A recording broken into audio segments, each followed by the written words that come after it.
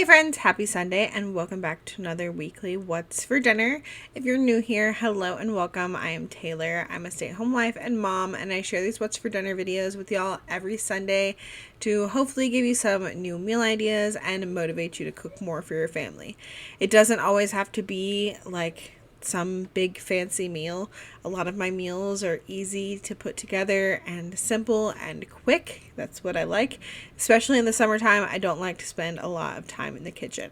So if you like these kinds of videos, I hope you'll subscribe down below. As I said, I do this every Sunday. Now let's go ahead and get into this week's What's for Dinner.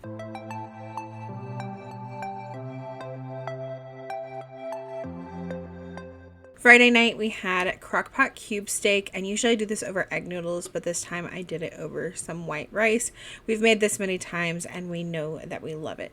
So in my crock pot, I'm combining 1 package of Lipton onion soup mix with 2 cans of cream of chicken. You could use cream of mushroom if you like that. We do not. And then 1 cup of beef broth, or I did water and enough beef bouillon to make it 1 cup. And then I used some of this Campbell's Flavor Up stuff in the mushroom flavor that I got at Dollar Tree actually. And I just do that since I don't use the cream of mushroom, and it adds just a little bit of mushroom flavor. And then I add in my cube steak. As you can tell, mine is still a little bit frozen, but it's okay. I just got it covered with that sauce mixture. And then I put a lid on this and let it cook on low for about 8 hours. And then at the end of the cook time, you can tell all my meat is fully cooked and it's separated easily. And it's like just to the point of where it's easy to cut like with a fork, but it's not like fall apart tender. And that's where we like it, where it still holds its shape, but it's easy to just eat with a fork. And then at this point, if you want to thicken up the gravy, you can add in a little bit of water mixed with cornstarch. You do 2 tablespoons of cornstarch mixed with half a cup of water, and then add that in and let it sit while you prepare either your egg noodles or your rice, and it'll thicken up as it sits. And we just had this with a can of peas on the side. Saturday night we just did tuna melts. Lily has actually been asking for these ever since I shared them just a couple weeks ago.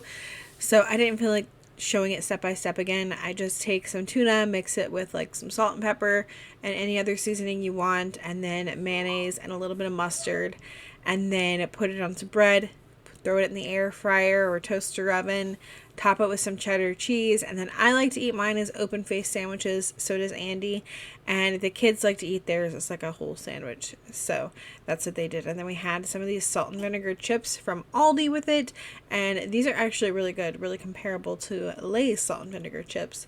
And that was our super easy dinner for Saturday. One of my favorite simple meals to make that reminds me of my childhood is any like copycat like hamburger helper recipe. It all gets cooked in 1 pan, and it's simple and reminds me of eating hamburger helper as a kid, but is a little bit better for you because you know what's going into it. So I am starting off here with 1 pound of ground beef, and I'm just going to cook that up with some salt, pepper, onion salt, garlic powder, a little bit of rosemary, and some of the Trader Joe's umami seasoning. The umami seasoning isn't 100% necessary. I only recently started using it in the last year or 2. It still tastes good without it. It just gives a little bit of that mushroom flavor that Stroganoff usually has. Then you're just going to let that ground beef cook until it's all the way done. Drain off any grease if you need to. And then I added in a teaspoon of Worcestershire sauce, or about a teaspoon. You could also add in some minced garlic. I didn't feel like mincing garlic this night, so I just left it out. And then I added in 1 cup of beef broth, 1 cup of milk, and 1 cup of water. And for the beef broth, it's a regular thing here. I'm always going to use water and then beef bouillon anytime a recipe calls for broth. And then I also added in 4 cups of egg noodles. And then I give that a good stir and let that come to a boil. Once it was boiling, I reduced the heat to medium-low and covered and simmered this for about 10 minutes. I checked it at 7 and I stirred it and checked my noodles, and they weren't quite done. So I put a lid on it and let it continue to cook for about 3 more minutes, and then my noodles were ready. And then you can stir in some sour cream, however much you prefer. Between half a cup and a cup is usually good. I just used the last of a container that I had. Stir that in. You can taste it to see if you need to add any more salt and pepper. And then I turn the heat off of this and just let it sit for about 5 minutes, and it will start to thicken up. I always serve stroganoff and like beef pasta with peas on the side and some buttered bread. That's how we had it every time we had it for dinner as a kid. And yeah, whether I was with my mom or my dad, that is how we always had hamburger helper. Monday night, I made some sheet pan pork chops and potatoes. So first I've got some little baby gold potatoes here that I've halved and quartered depending on their size. I just want everything to be about the same size. And I'm seasoning them up with a bunch of seasoning. I did some onion salt, some paprika, and some garlic powder, a little bit of Zatarain's blackened seasoning, and some ranch seasoning. And then I also drizzled them with some olive oil, and then I tossed them to coat. And then I spread those evenly on a sheet pan and stuck them in the oven at 425.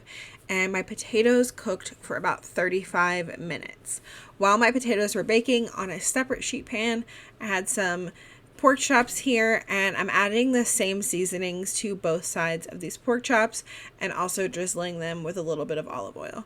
You could totally do this on the same sheet pan, but sometimes I just don't feel like pulling that sheet pan out and then doing all this. It's easier to just like work on this while the potatoes start cooking, because the potatoes are going to take a little bit longer.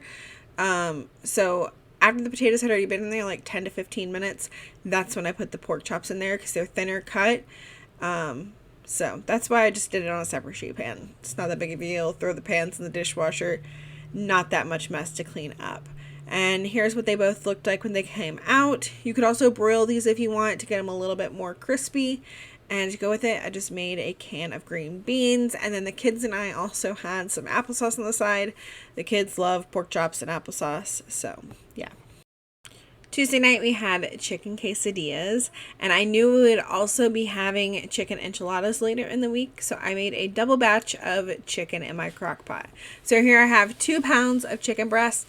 And I added about half of a jar of salsa, and I rinsed that jar with a little bit of water, make sure I got everything out of there, and then I put on a bunch of taco seasoning and then just put a lid on this and let it cook on low for about 6 hours, and you get some really tasty, yummy taco chicken. You can add other things to this. I've done like lime juice and cilantro, but the simplest way is just some salsa from a jar and some taco seasoning, and it turns out delicious. So I shredded all that up with my little meat chopper thing, and then I had plenty of chicken to make some chicken quesadillas.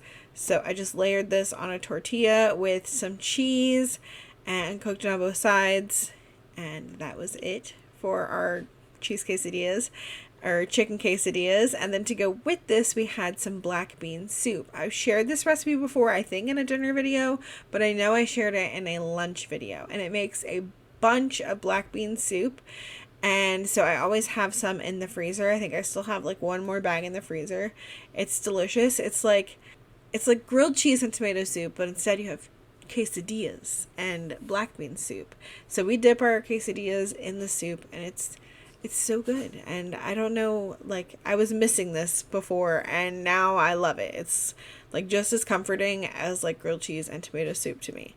So I had that in the freezer, and all I did was thaw it out and then just dump the bag in a pot on the stove and just warm it up. And that was our dinner for Tuesday. I ended up making the quesadillas the next night on Wednesday. I started off by taking my corn tortillas and just heating them up in a little bit of oil on the stove.